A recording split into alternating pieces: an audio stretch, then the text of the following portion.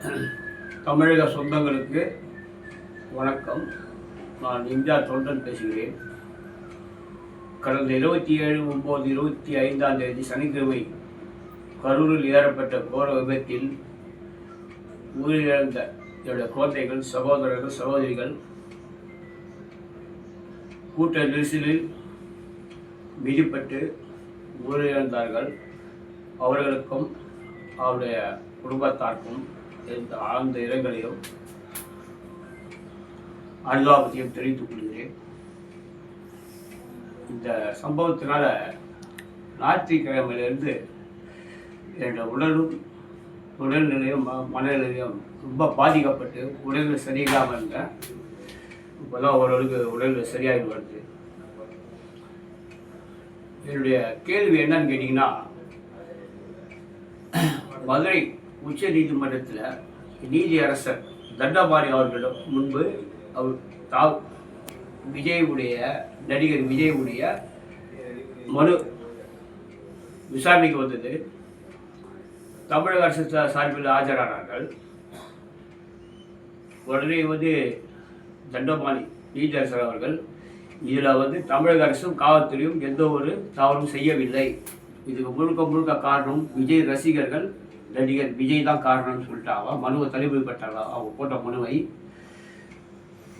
சென்னை உயர்நீதிமன்றத்தில் மேல்முறையீடு செய்தார்கள். நீதியரசர் செந்தில்குமார் அவர்கள் அந்த மனுவை பரிசீலனை செய்து மதுரை உயர்நீதிமன்ற நீதியரசர் சொன்ன தீர்ப்பு சரியான தீர்ப்பு என்று சொல்லி இவருடைய மனுவை தள்ளுபடி செய்தார்கள். அதன் பிறகு உச்ச நீதிமன்றத்தில் மனு தாக்கல் செய்தார்கள். உச்ச நீதிமன்றமும் மனுவை பரிசீலனை செய்து இன்று தீர்ப்பு வருகிறது.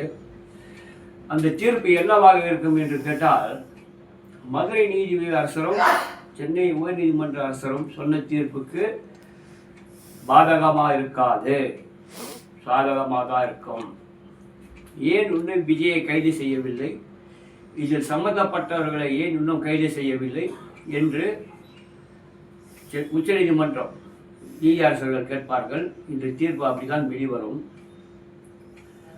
மதுரை மாநாட்டில் மேலே விஜய் துபாய் பவுன்சர் கூட நடமாட சொல்லும். 2-3 பேர் மேலே ஏறுவாங்க விஜயை கட்டுப்பிடிக்கிறதுக்கு ஒரு ஆசையில். நான் நடிகர் விஜயை கேட்குறேன், நீ என்ன கருப்பு கடைசரா உங்களோட கற்புத்தன்மை போய்விடுன்றதுக்கு, இல்லை நீ என்ன மெழுகு வச்சியா தொட்டா நீ உருகி போயிடுன்றதுக்கு, நீ சாதாரண ஒரு மனுஷன், ஒரு நடிகர், அவ்வளோதான். உன்னுடைய பவுன்சர்கள் வாலிபால் ஃபுட்பால் விளையாடுற மாதிரி மேலே தூக்கி போடுறாங்க, நீ அதை பார்க்குற. இதே புரட்சியாளர் எம்ஜிஆர் அவர்களாக இருந்தால் அவர் வந்தவர்களை கட்டி அணிச்சு முத்தம் கொடுத்து அனுப்புவார். அவர் தான் நடிகர், புரட்சி தலைவர். கட்சி ஆரம்பிக்க சொல்ல தலைவனானார். அந்த ரசிகர்கள்லாம் தொண்டனானாங்க. நீ நடிகர் தான், தலைவன் கிடையாது. உன்னுடைய ரசிகர்கள் தொண்டர் கிடையாது, ரசிகர்கள் தான்.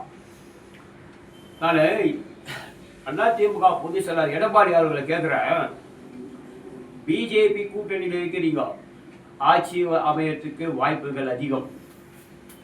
ஆனால் ஒரு கூட்டத்தில், பிரச்சார கூட்டத்தில் 2 பேரை விட்டு அதிமுக டிஷர்ட்டை போட்டுக்கின்னு தாவைக்காண்ட இல்லாத ஒரு கட்சியுடைய கொடியை 2 பேர் பிடிச்சிருக்கிறாங்க. நான் என்ன கேட்குறேன், நீங்கள் சொல்கிறீங்களே பிள்ளையார் சொல்லி போட்டாச்சின்றீங்க, நீங்கள் என்ன அரசியலில் வியாபாரமாக பண்ணுறீங்க? நீங்கள் பிள்ளையார் சொல்லி போடுறதுக்கு வியாபாரம் பண்ணி பிள்ளையார் சொல்லி போட்டதான் வியாபாரம் ஆகுன்றதுக்கு நீங்கள் அரசியல் பண்ணுறீங்க.